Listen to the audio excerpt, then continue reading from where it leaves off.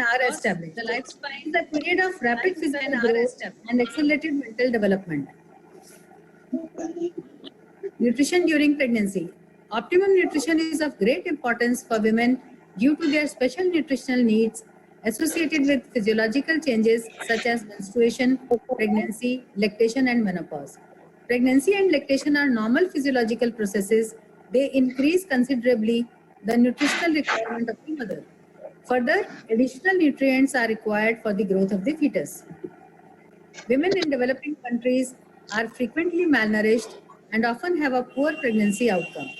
They spend a larger portion of their reproductive years being pregnant, lactating, or pregnant and lactating.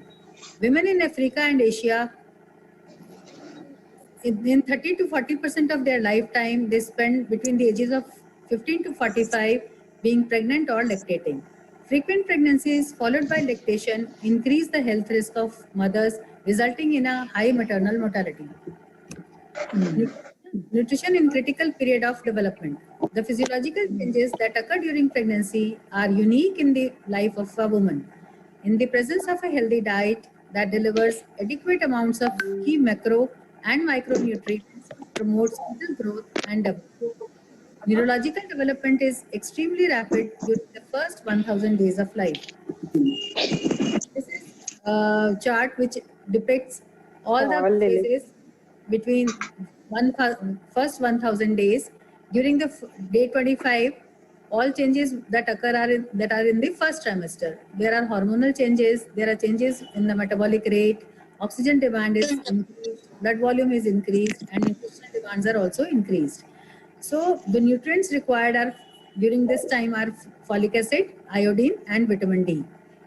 Next is the second trimester between days 100 and 140.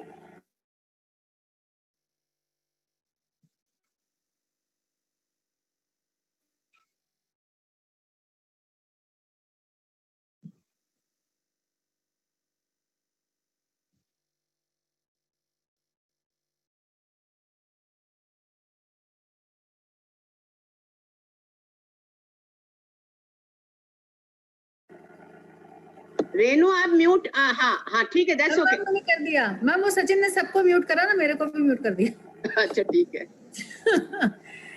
So the changes which occur during the first trimester, that is day 25, hormones are increased, metabolic rate is increased, oxygen demand is increased, blood volume is increased, and nutritional demands are also increased. So during this time, the supplements required are folic acid, iodine, and vitamin D.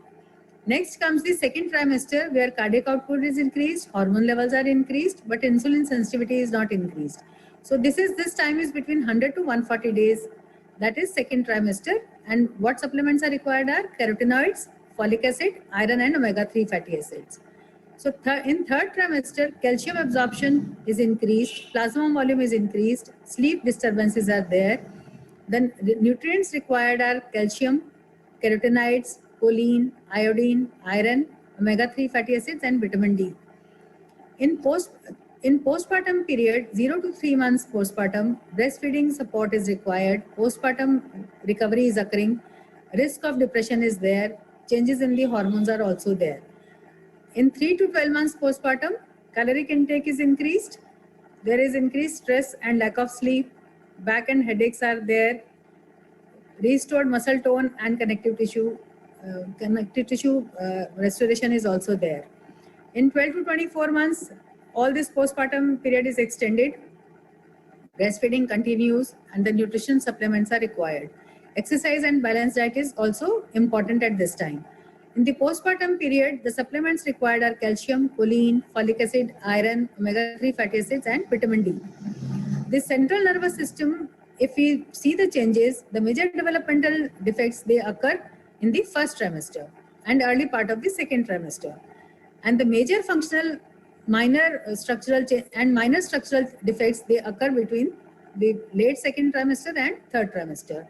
And once we see the development of the brain, which occurs, how the synapses are formed from newborn to 2 years, one can see the remarkable changes from newborn to 2 years. All these changes, they require a good nutrition so that there is rapid growth of these neurons and they grow optimally.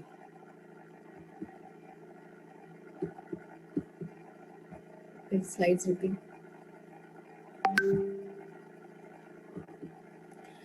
Essential fatty acids. Essential fatty acids are called essential fatty acids because they are not synthesized by the body. Among fatty acids, polyunsaturated fatty acids are of particular relevance because of their numerous physiological functions. There are two families of essential fatty acids: omega-6 fatty acids, that is linoleic acid, and second is omega-3 fatty acids, that is DHA.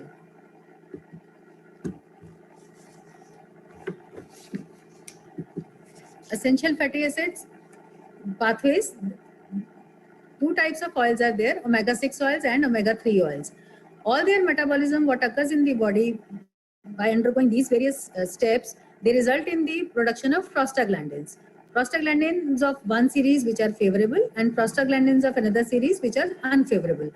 So all these changes depending on the type and amount of fatty acids a woman is consuming. Certain types of prostaglandins are produced in large amount and the other types of prostaglandins are produced in less amounts. So this imbalance in the amount of prostaglandins results in negative consequences on the health of the woman. Prostaglandins, why they are important? Because they help in regulating many physiological functions of the body, such as blood pressure, blood clotting, nerve transmission, inflammatory and allergic responses, functions of gut and kidney, and production of other hormones. Omega-3 fatty acids. Adequate intake of omega-3 fatty acid is essential in maintaining the balanced production of hormone-like substances called prostaglandins, which I have already told you. During pregnancy and breastfeeding, the benefits of EPA and DHA include healthy development of fetal brain, eye and nervous system, healthy birth weight and gestational length, healthy immune system, mood elevation in postpartum period. In pregnancy, there is progressive depletion in maternal DHA status because the fetus is constantly withdrawing DHA from the maternal circulation. In the last trimester, accretion of DHA in the liver, brain, and retina of the fetus occurs. Accretion means there is rapid deposition of DHA in all these tissues. In the postpartum period, breast milk provides DHA to the baby. Maternal stores are replaced slowly or incompletely over a period of 6 months, depending on the maternal intake of DHA. Essential fatty acids in third trimester. The fetus is relatively small in the early months of pregnancy. At the end of the third month, weighs only 30 grams. Maximum rate of growth is during 32 to 38 weeks, so much so that fetus virtually doubles up in size. This rapid growth of the fetus is mainly sustained by the release of free fatty acids and glycerol from maternal adipose tissue. If multiple pregnancy is there, there is further lowering of the DHA in the maternal bloodstream. DHA during pregnancy and lactation. Fetus depends completely on maternal sources of DHA. Placenta selectively and substantially transports fatty acid from mother to the fetus. During third trimester, there is an avid accretion of DHA in the liver, brain, and retina of the fetus. Pregnancy leads to progressive depletion in maternal DHA status. After delivery, maternal stores are replaced slowly or incompletely over a period of 6 months. DHA and pregnant mother. In the last 3 months of pregnancy, there is rapid accumulation of DHA in the eyes and brain of the fetus. Fetus secures up to 70 milligrams of DHA per day during the last trimester. DHA fetal content. Kuipers et al. Evaluated DHA fetal content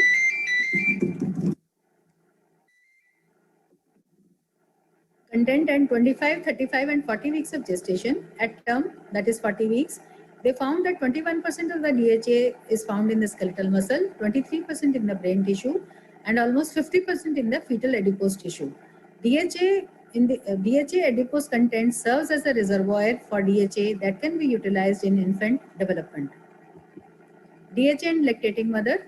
There is linear correlation between the dietary intake of DHA by nursing mother and DHA content of her breast milk.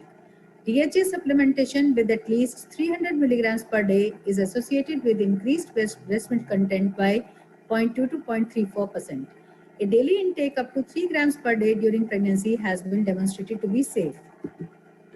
DHA for fetal growth and development. Fetal DHA demand increases exponentially with increasing gestational age. Fetus requires approximately 50 milligrams per kg per day of omega-3 fatty acids.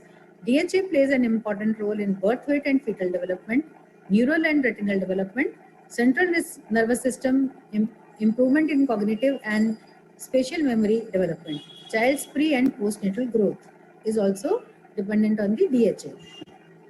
DHA for fetal growth and development. DHA make up around 30% of the brain and 50% of the retina's structure. DHA is critically important for optimal development of dopaminergic signaling, and once the window for development is dopaminergic signaling, and once the window for development is past, deficits are not later reversible. So if there is sufficient DHA during pregnancy, lactation and infancy, the mental development and visual development of the fetus is proper. Maternal and fetal benefits of long chain fatty acids. Mothers who have healthy intakes of DHA give birth to infants with more bloodstream DHA and better visual function as measured by visual evoked potentials. The continued intake of EPA and DHA are also important for the maintenance of the mother's cardiovascular health. The level of omega-3 fatty acids in the mother's bloodstream during pregnancy has been shown to correlate with insulin levels and adiposity. Cognitive development. All meta-analyses in this area are limited to a large degree of heterogeneity, but there is a trend towards a greater likelihood of benefit with higher dosages and a longer duration of a higher postnatal long-chain PUFA supplementation, that is up to 1 year of age. Effect of maternal and fetal DHA status on general health. Higher cord plasma DHA was associated with lower body mass index scores, waist circumference, and leptin levels. Prenatal DHA status may also contribute to improved sustained attention in preschool children. Maternal DHA status during fetal development can have lasting impact on brain and eye health throughout life, as evident by the key recommendations for DHA intakes during the first 1000 days of life. Thank you.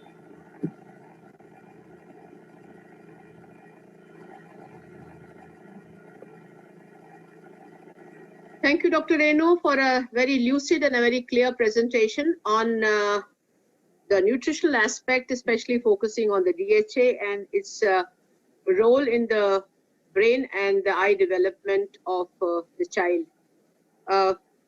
I think we will hear the second presentation by Dr. Meenakshi before we open it for discussion. So over to Dr. Meenakshi. Thank you again, Dr. Raj.